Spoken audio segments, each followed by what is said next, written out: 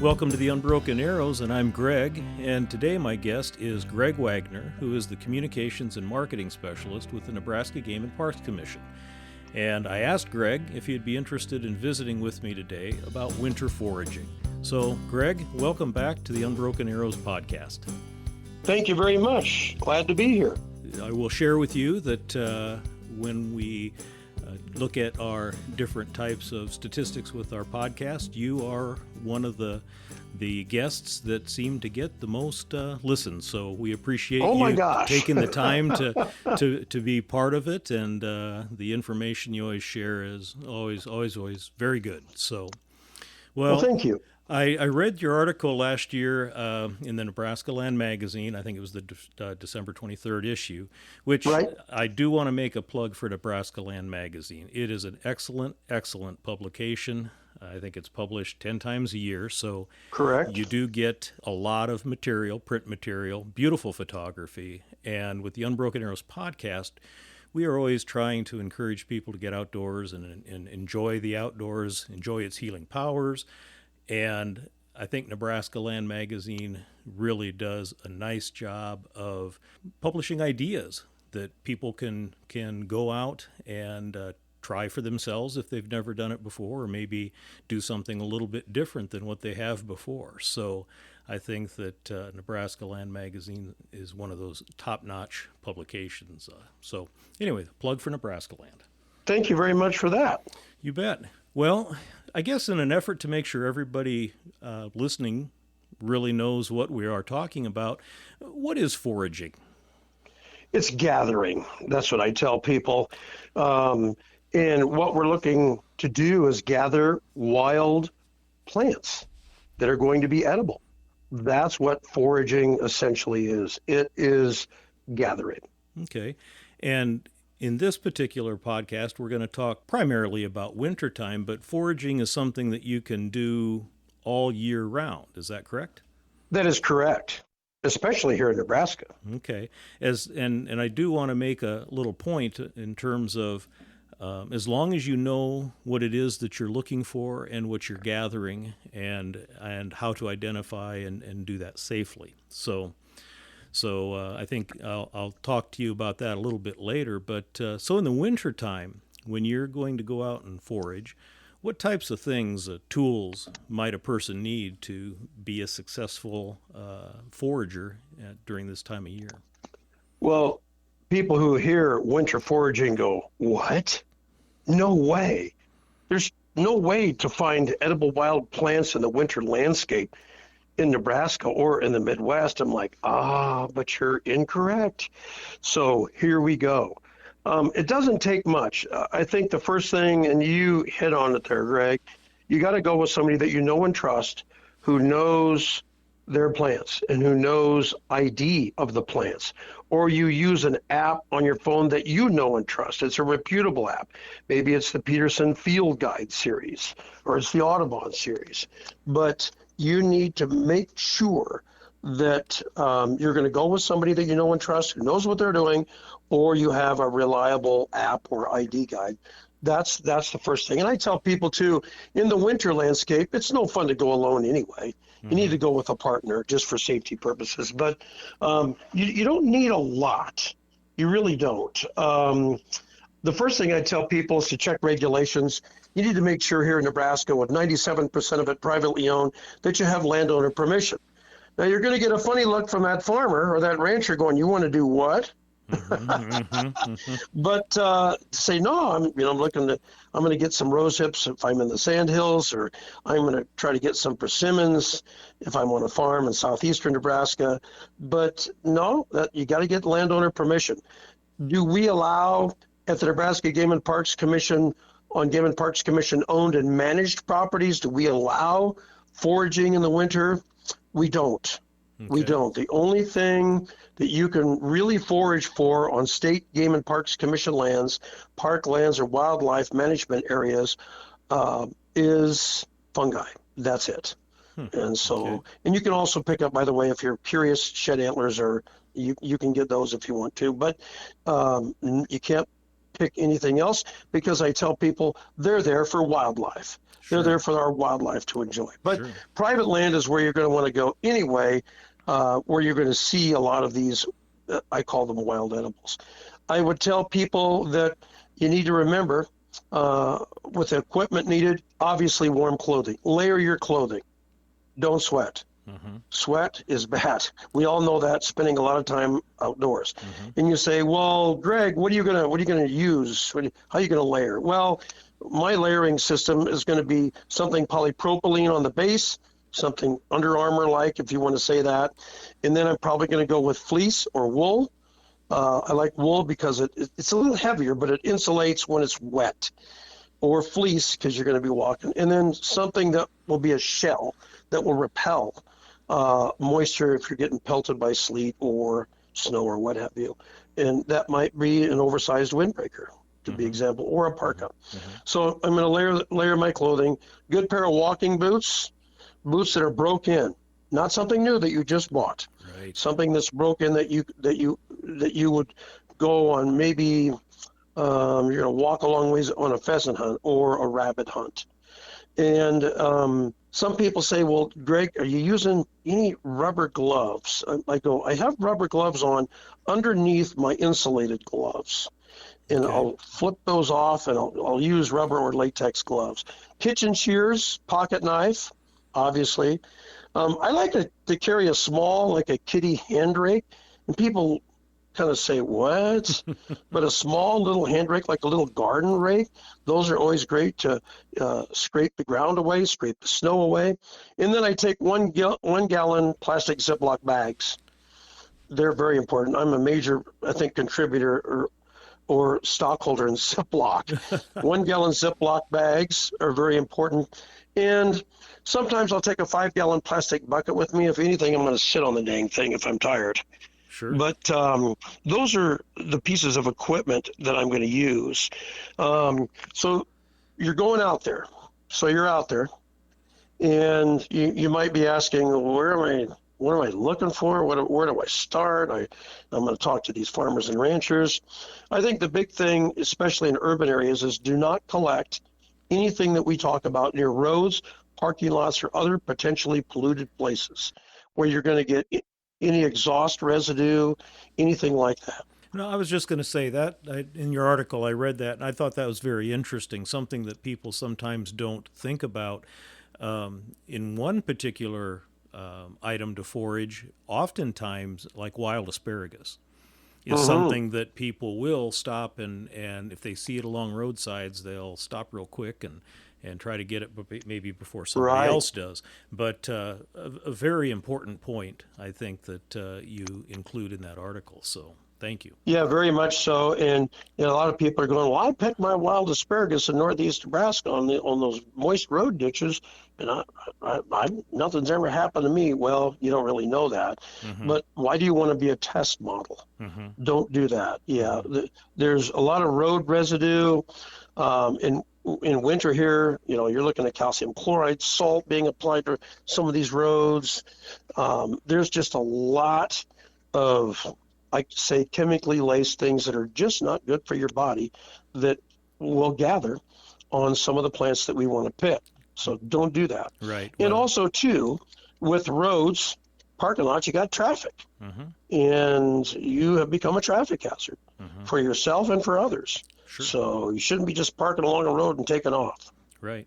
Well, some of the different edible plants that you include in your article, and I'm sure that's just a partial list, but some of them I have tried before. For example, cattails. I have had cattails before, and actually, kind of I guess a celery type of consistency and taste, So anyway, cattails. What else?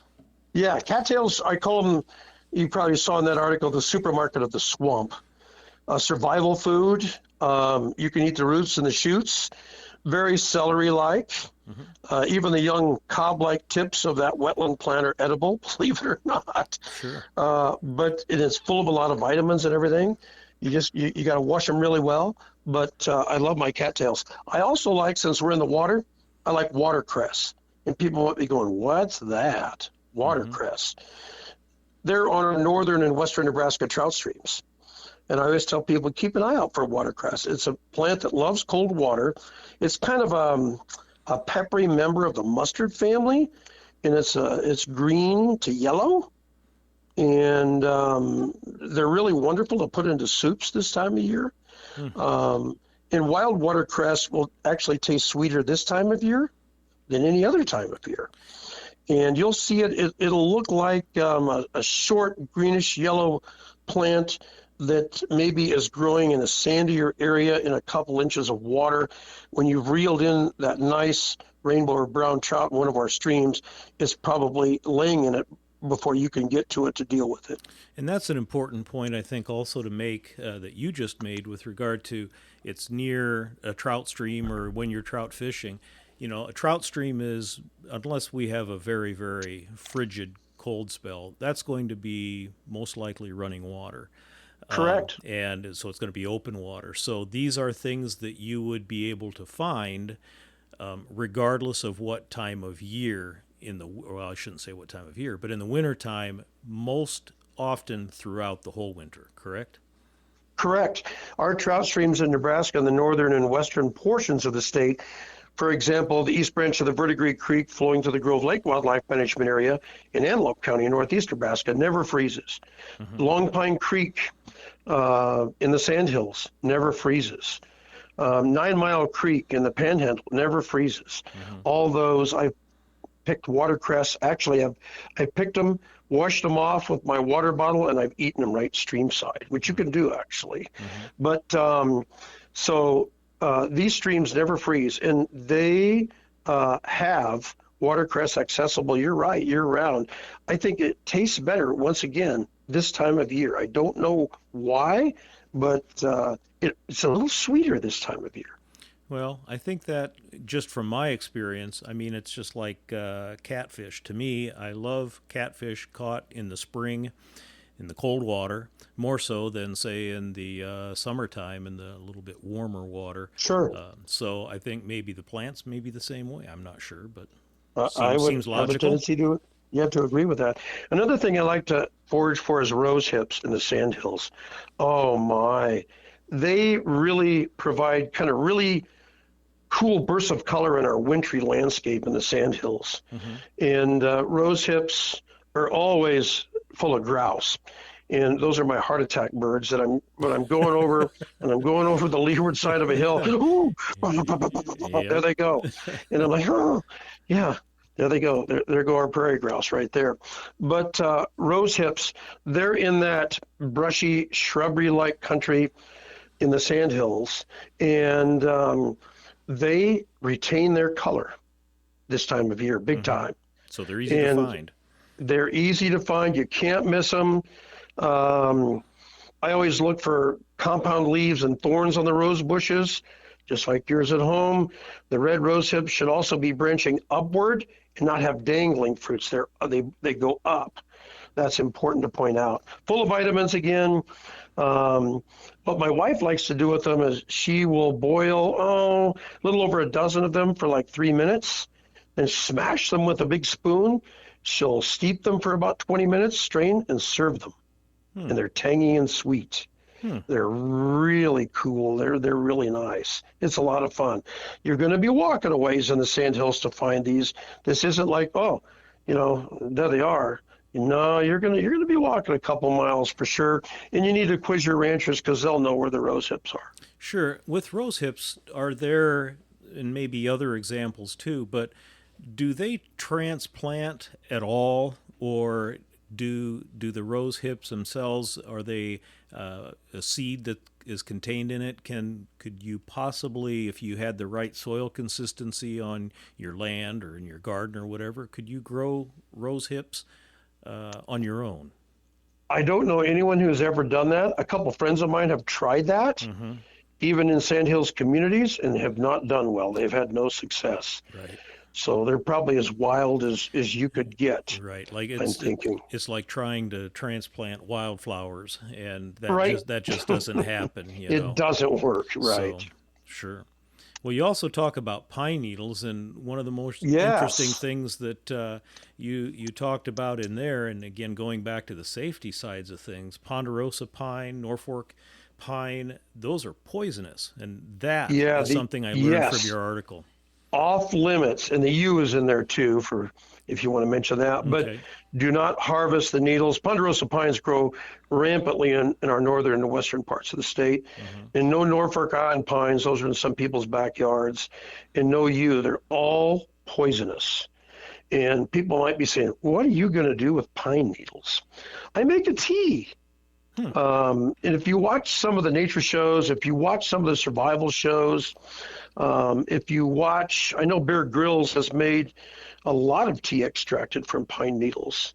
Very high in vitamin C, a nice remedy, so to speak, for the common cold. Um, and it's actually very good. It's very tasty. If you're a teetotaler, you would love pine needle tea, with the exceptions of those pine Well, trees that we mentioned. sure. You also mentioned one of the ones that are good to harvest for that purpose as a tamarack. Do we have many tamaracks in Nebraska? We have some. We don't have a ton. We have some, and I would say everyone knows probably the groves they're in, Sure. but not a ton. But we have some. We have a family cabin in Minnesota north of Park Rapids, and they have quite a few tamaracks around there, but they're one of the pine or evergreen. No, it's not evergreen because they actually lose their needles. Right. So they're Right. easy to identify in the fall and Correct. winter. But Hmm. so And then acorns. Acorns require work, and they're really I call them the pucker factor thing. Um, they're a great survival food. There's no question with all the oaks that we have in Nebraska, the bur oaks especially. We have white oaks, red oaks, but they're packed with fats, have some nutrition to them. Gather them off the ground. Um, I roast mine. You just can't eat them. right. They, but I roast them. I just put, the nut chunks on a baking sheet and sprinkle with a little sea salt, and I'll toast them probably 15, 16 minutes, 375 degrees preheated oven. Or some people, my wife, likes to roll them around in a dry frying pan, and she's done that over a campfire. Oh, sure. Not too bad, Sure. not bad. And you can eat them out of your hand like you would peanuts, as Hmm. long as you don't have allergies to them. But they require some work. But another great survival food, because we have oaks that grow literally in every region of the state. Sure. Well, and sometimes, some years, they're so prolific that if you're out Right. on a hike, It varies. sometimes it's almost a little dangerous because it's like you're walking on marbles. Correct. And then we have clover. I love my clover. A legume, as we talk biological lingo here, Hmm. it would be related to alfalfa, Hmm. the clover. We have red clover. We have some white clover. Widespread plant, green throughout the winter. A great wildlife food plot for white-tailed deer. If you can find your green clover, they are great. Obviously, we're talking about salads. I've added some to soups. My wife has put some in our lasagna, which has been really good. Hmm. And I think everybody knows pretty much what clovers look like. And you can eat clovers, raw. I like to always take a pretty good sized bottle of water along so I can rinse them. Yeah, I I was going think to that's ask very that. important. So as long as you don't have any animal refuse on them, you don't know, what's brushed them. So always I wash them really good if I'm going to even try one in the field. Sure. But yeah, the clovers, they say, should not be eaten by anyone who, women who might be pregnant or anyone nursing, as far as a baby is concerned. It's Hmm. kind of off limits Hmm. to do. But clover is one that will stand out. Trust me. In some of our wildlife food plots, we have red clover growing amid the other legumes, alfalfa and such. Hmm. Okay. And you mentioned also persimmon. My fave. I guard my persimmon trees big time. A hardy tree, southeastern corner of Nebraska, the southeastern corner of the state, Richardson County, Nemaha County, southern Gage County has some. They're mostly along the Missouri River south of us. But you can eat ripe persimmons, just fresh picked directly from the plant. I compete with wildlife for persimmons, and it's a fruit. And people might be saying, what's it look like? Well, it's round, roughly round, probably about 1.5 inches in diameter. And it can be kind of a red to yellow orange to dark reddish orange. And it contains kind of a large seed to it. But in the fruit needs to be crinkled and wrinkled, I tell people, and kind of squishy and sort of sticky, kind of oozing out a little bit. But let me tell you, those ripe persimmon fruits, oh my gosh, a delicacy, a tremendous delicacy, full of vitamin C. But those of us who know where persimmon trees grow, we guard them. Sure. Big time. And that's I'd have to blindfold you, Greg, if I took you into my persimmon trees in southeastern Nebraska. Then I'd take the blindfold off, and then you could gather, you know. And you mentioned persimmons. It's a native hardwood, but what about that? Is there a cultivar of that is something that people can plant, or is that again one of those that is just so difficult to go from the native wild type growth to try to transplant or whatever? I think at the University of Nebraska at Lincoln on East Campus, they have successfully transplanted some persimmons, actually. Okay.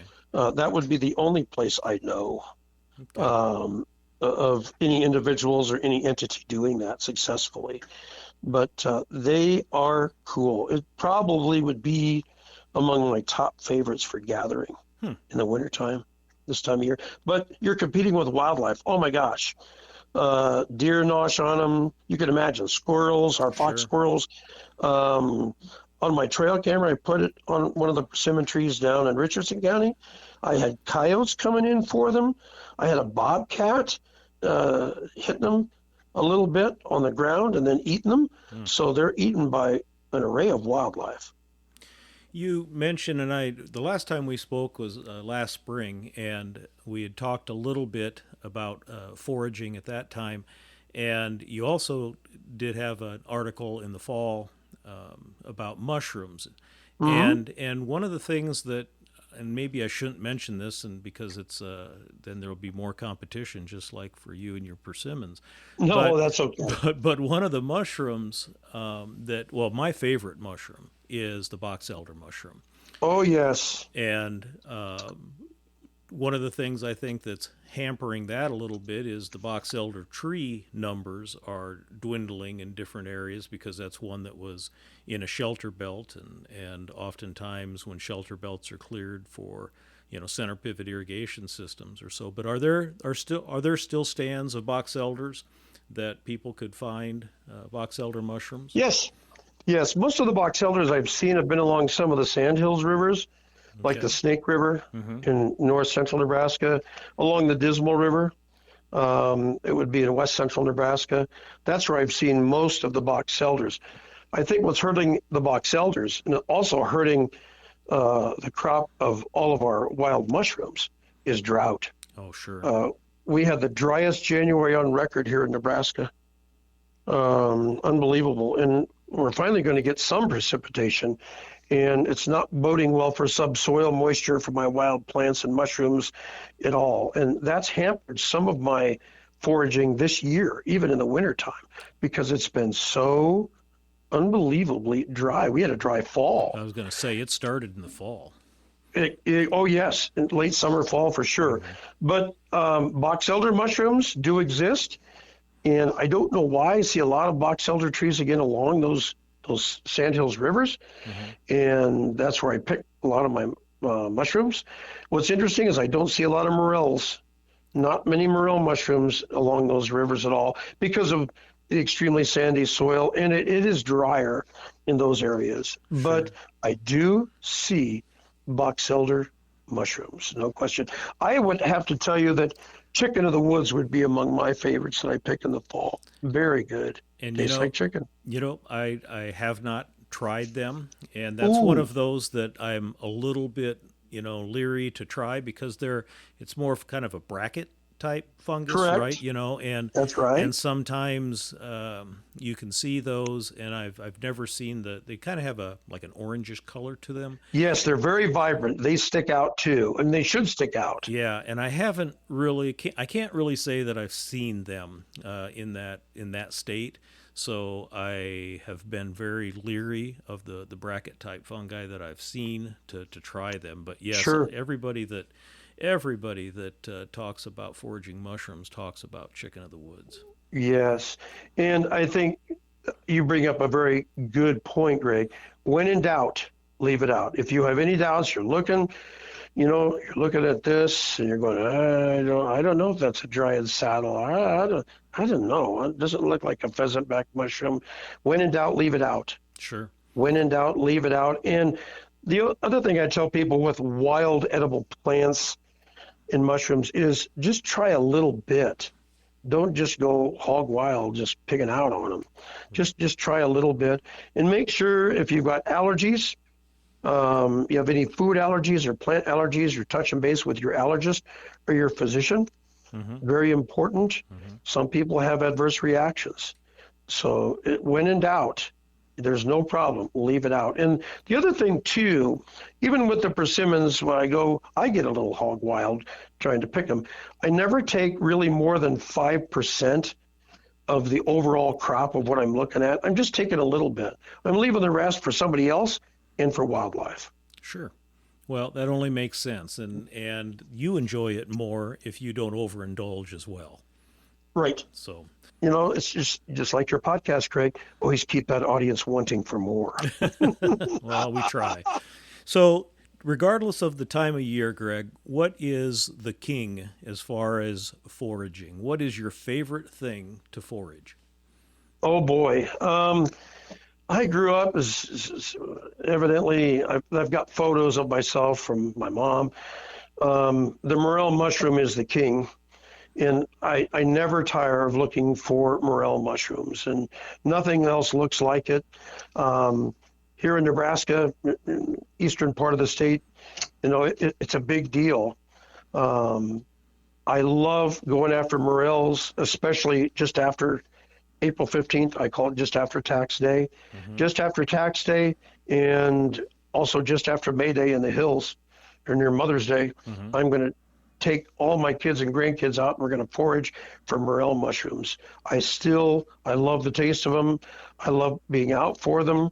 A couple of years ago, I think I may have told you, I was turkey hunting. I had shot a nice gobbler with a bow, and I went to go retrieve it. Of course, it went down, and I'm thankful for the harvest. I go over, it had fallen in a patch of morel mushrooms, Oh, you got a double. and I'm thinking, oh my, oh, maybe better get a lotto ticket. Oh my gosh, and it was absolutely outstanding.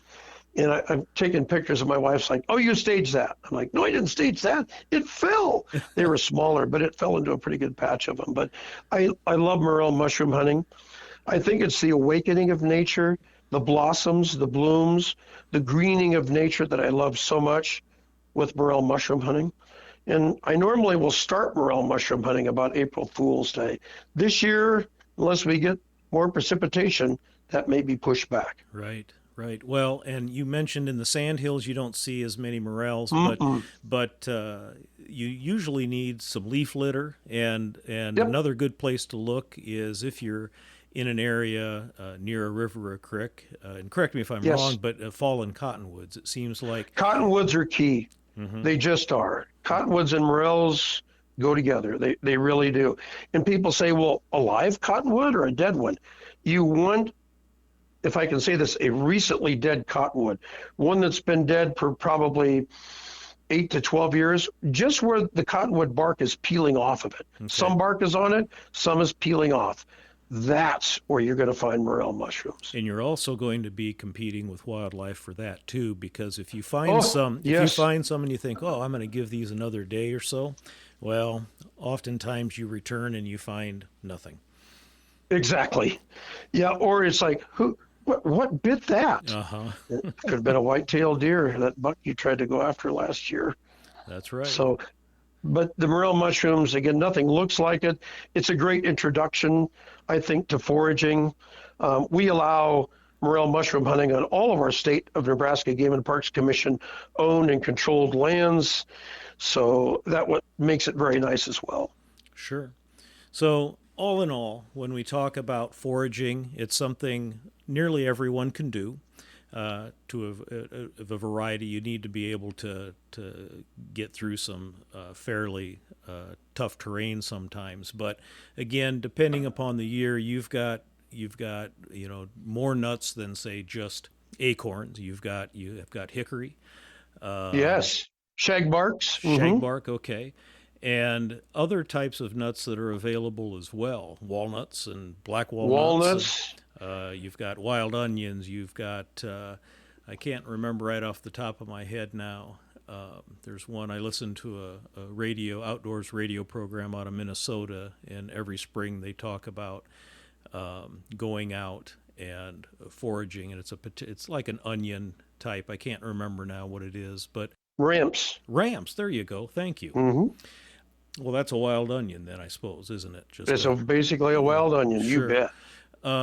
Is it true that if you know what you're doing and you can find them at the right time, are the tops of stinging nettles when they start to grow? Is that something that a person can forage if they know what they're looking at and what they're doing? Yes, yes. And I've tried them. Okay. I have. Trust me, I was leery trying them, folks. I really was. But yes, you can do that. And that's a spring thing for edibility. But you got to be cautious, and you got to take those succulent tops off. You're going to be boiling them, treating them, and again, just try a little bit, Mm-hmm. a little bit. That's what I would tell you.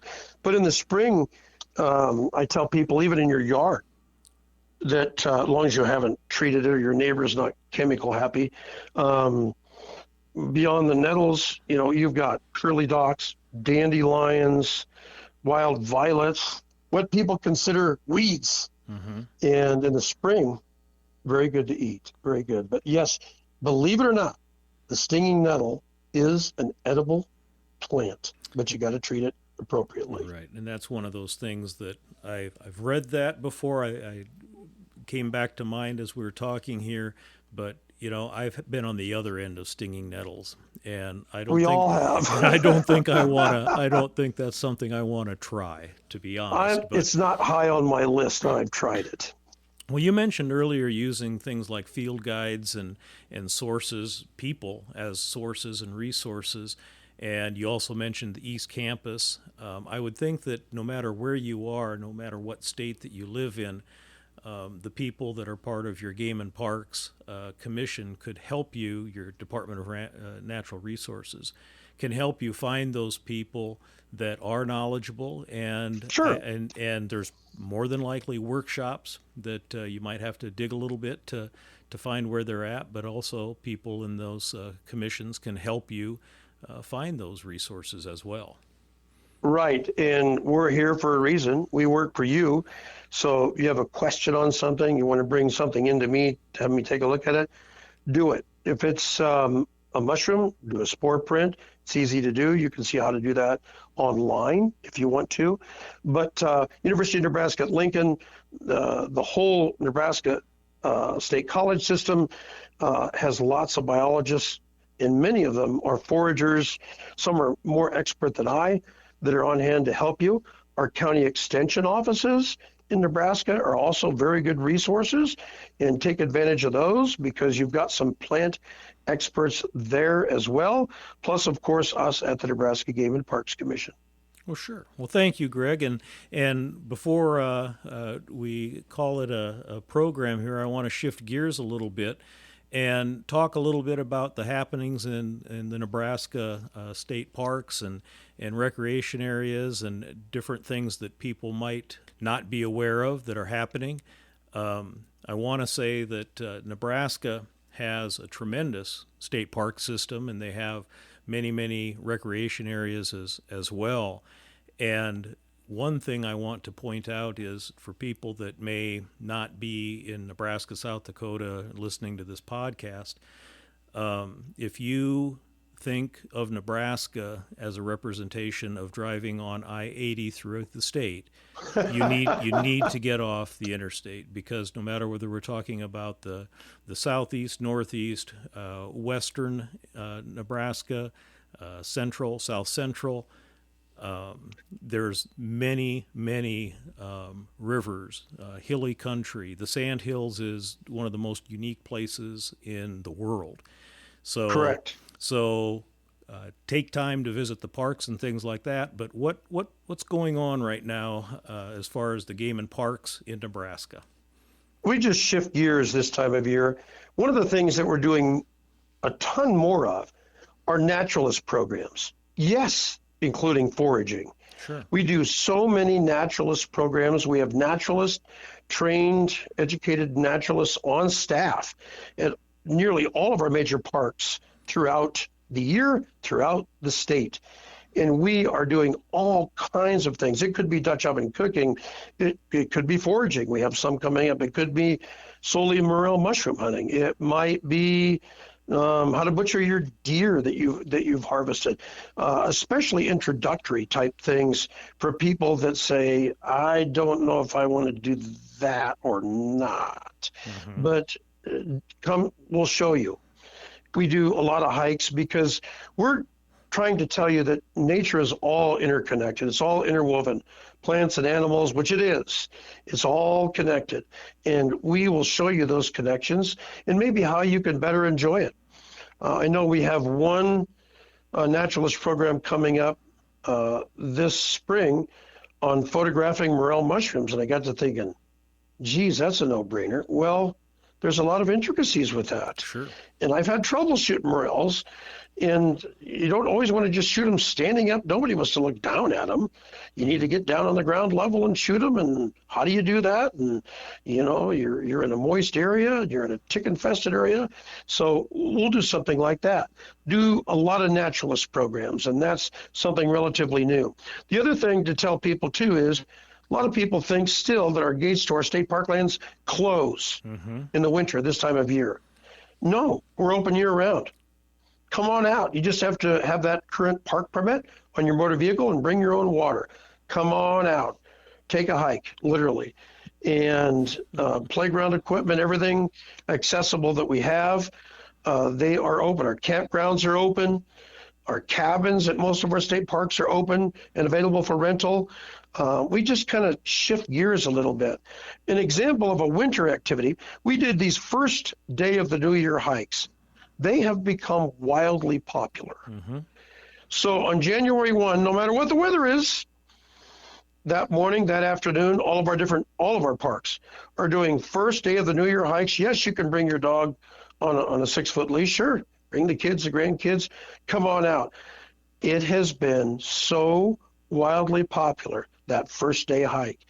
And so we're doing a lot of new and innovative things like that. And in the spring, of course, we'll be heavy duty into the birding end of things. Again, we just shift gears. So I would encourage people to be sure to check out our Game and Parks website calendar for a lot of those offerings. You'll see them there. Even demographically, we have hikes for kids. We have hikes for oldsters. My hand just went up right there. You see that? But no, we have hikes for seniors. Yes, you can teach the old dog new trick. Well, absolutely. Like Wagner. And part of that, too, is that if you get people that, whether it's the first of the year hike, if that's the first time they've ever done that, hopefully that's not the last time they do that. Exactly. And you don't have to wait till next January. Right. You can take part in that throughout the different seasons of the year and enjoy that. And we know, just kind of doing some random surveys, that a lot of those folks on those first day hikes are back with us in the spring. Then they're back with us in the summer. Then they're taking other people with them in the fall. And so you're exactly right. Years and years ago, I was part of a Take a Kid Fishing. Do they Yes. have those types of Yes. workshops and Yep. materials available where they train people to be Yep. able to? More than ever, our certified volunteer fishing instructors, background check. We have those introductory fishing clinics. We call them fishing nights around the state, where you show up. You don't have a rod and reel. You have nothing. Mhm. And I just want to learn how to fish. All right, come on in. We've got everything you need right here. And our conservation officers are there. People who do what I do are there. I think we have more fun than some of the participants, actually. But come on in, and you're going to be on the water fishing, hands-on learning. Can't beat it. Well, from my career was in education, and so many times in a workshop type setting, one of the things that you hear most often from people is that they were apprehensive to participate in something that they were not familiar with. They were afraid to, I guess, be shown that they don't know something. And that's one of the things that, whether it's in South Dakota, where I live now, or in Nebraska, that's one of the things that should not be a limiting factor for you, because every person, every type of workshop that I've been part of in both of these states, the people are welcoming. They want to answer your questions. They want you to get involved with something that maybe you haven't tried before. And if you don't like it, that's okay, but try something else. So Right. I tell people I learn every day. Mhm. I learn from our young naturalists. They're like, Greg, let me tell you about this. Have you done this? I'm like, no. They're like, well, let me tell you about it. Every day in this office, I get baffled by a question, or I'm going to be in the field, I'm going to learn something. And it's a constant thing. And I tell people there's no such thing as a dumb question when it comes to foraging or anything in the outdoors. Only dumb mistakes made by not asking that dumb question. Come on in and ask those dumb questions and grab a rod and reel, cast away, and I'll probably be grilling a hot dog for you. Well, Greg, thank you for your time. And hey, how can people get a hold of you if they listen to this and they have some specific questions about foraging or anything else with the Nebraska Sure. Game and Parks? Greg, here comes a mouthful of an email, everybody. It's Greg, 1G, greg.wagner at nebraska.gov. You can find me on the Game and Parks website, outdoornebraska.gov. But I'm Greg, 1G.wagner, W-A-G-N-E-R, at nebraska.gov. Call me. I love to talk, probably too much, as you know from this podcast. But 402-595 2144, 595-2144. I am in the Omaha Metro office of the Nebraska Game and Parks Commission. Okay. Well, Greg, your excitement is contagious, and I always enjoy our conversation, and I learn something and every time we talk. So I hope that we might be able to get together again sometime. And Absolutely. And thanks again for joining us on the Unbroken Arrows podcast. Thank you very much, and we'll do it sooner than later. That sounds like a plan. Thanks, Greg. Our immediate family has experienced cancer-related deaths as a result of leukemia, prostate, and ovarian cancer. It would be safe to say that every one of us has had our lives impacted by cancer in some way. A healthy diet, which can include things that we talked about in today's podcast, foraging in the wild, and exercise through outdoor activities, has the potential to improve a person's physical and mental health.